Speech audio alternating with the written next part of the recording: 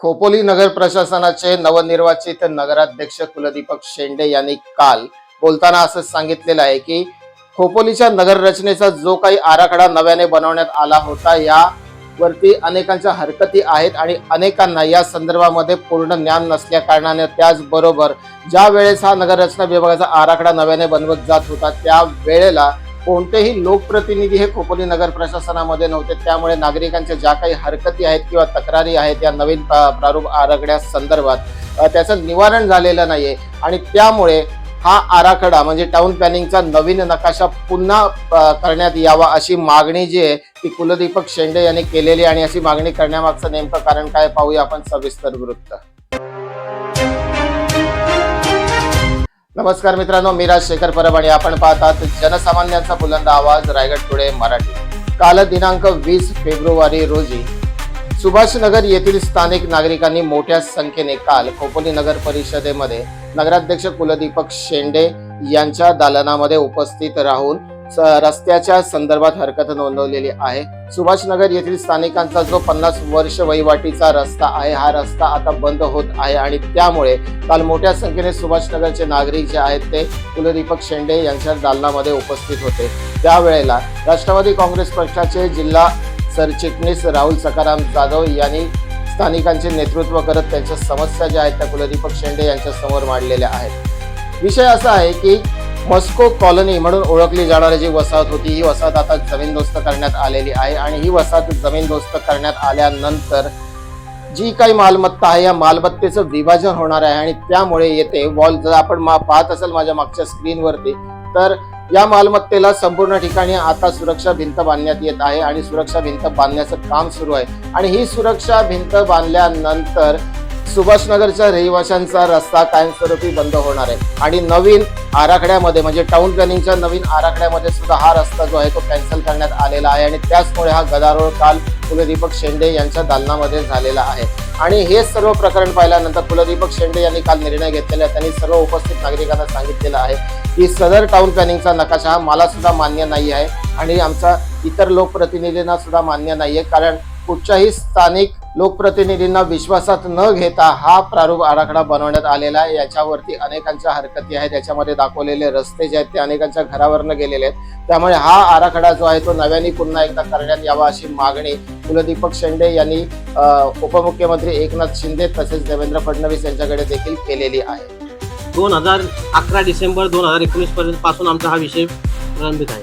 त्याही टायमाला अवसर साहेब होते, वरचा नवीन रस्ता चालू केला होता काम, तो आमच्या सगळ्या ग्रामस्थांचा त्याला विरोध होता, पूर्णपणे विरोध होता। ते काम थांबवलं, तो विषय पेंडिंग आहे। आमची मागणी काय होती का आता जो रोड आम्ही वापरतोय तो 50 वर्षापेक्षा जास्त जुना रोड आहे, तो आता नवीन डीपी प्लॅनमध्ये पण आला। जेव्हा जेव्हा सुनावणी झाली आपल्या डीपी प्लॅनची हरकती झाल्या आम्ही सगळे उपस्थित होतो, तेव्हा आम्ही ग्रामस्थ म्हणून आमच्या हरकती वगैरे सगळ्या नोंदवलेल्या आहेत। पाठपुरावा 2019 पासूनच चालतो।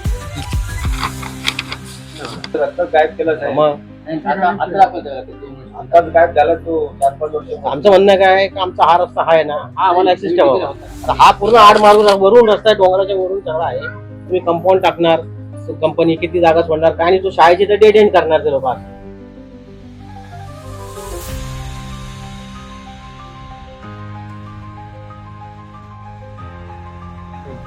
बरोबर ते समजत नाही, आम्हाला ते समजत नाही की ते गावकऱ्यांना न विचारता न समर्थ करता तो डीपी प्लॅनमध्ये कसं काय कॅन्सल आणि मागणी असताना पण आणि आजची मागणी आहे 2019 पासूनची मागणी आहे।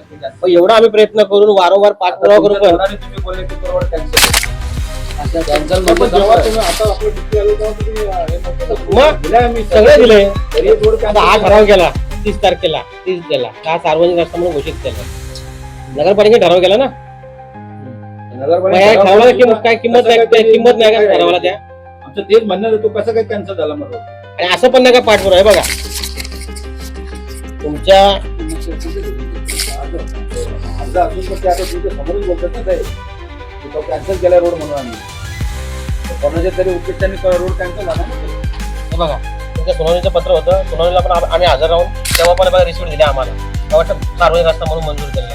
सगळ्या सुनावणीला आम्ही उपस्थित होतो, पत्र पण आमची सगळी दिलेली आहेत, तेव्हा रिसिप्ट पण दिलेली आहे आम्हाला ठरावाची। तुमच्या ठरावाला काही किंमत राहत नाही, मग तुम्ही नागरिकांची दिशाभूल करायचे म्हणून फक्त काय ठराव करून मोकळे होता नगरपालिका ते समजत नाही आम्हाला।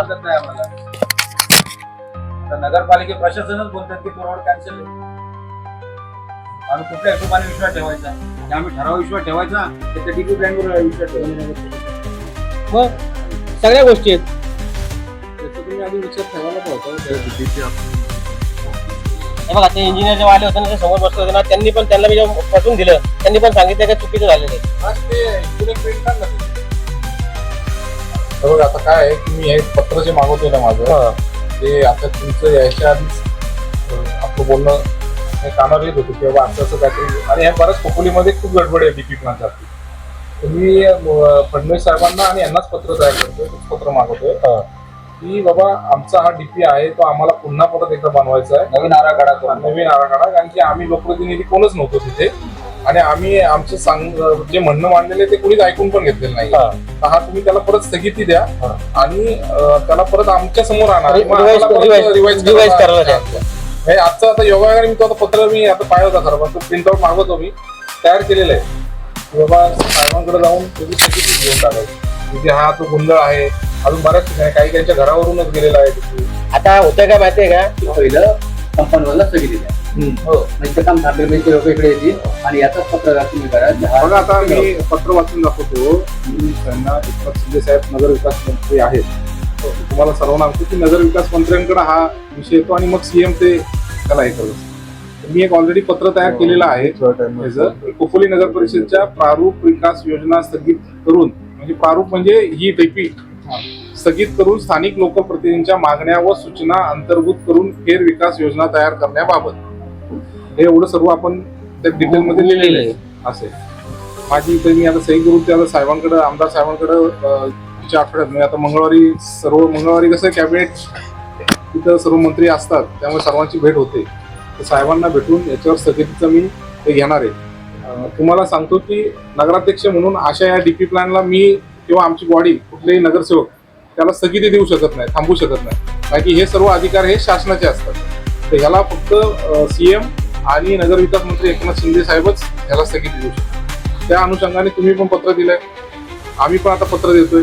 तर ह्या हिशोबाने आपला रस्ता आम्ही त्यांना पटवून सांगू की बाबा हा एवढ्या वर्षाचा रस्ता आहे सर्व आहे आमच्या ग्रामस्थांचा डेव्हलपमेंटला विरोध नाही परंतु त्यांना विश्वासात सुद्धा घेतलं जात नाहीये कुठल्या परिस्थितीत की बाबा नक्की तिथं काय होणार आहे आमच्या मुलांचा रोजगाराचा काय प्रश्न असणार आहे जायचा याचा काय प्रश्न असणार आहे या सर्व गोष्टींची चर्चा केल्यानंतरच हे काम सुरू करा असं आम्ही त्यांना सांगू. आणि मला खात्री आहे की शिंदे साहेब आहेत सीएम साहेब आहेत याला आणि आमदार साहेब आहेत स्वतः मिळून लक्ष घालून तुमच्या मनासारखं जे काय आहे ते 100% होईल. फक्त थोडेसे पेशन्स ठेवा.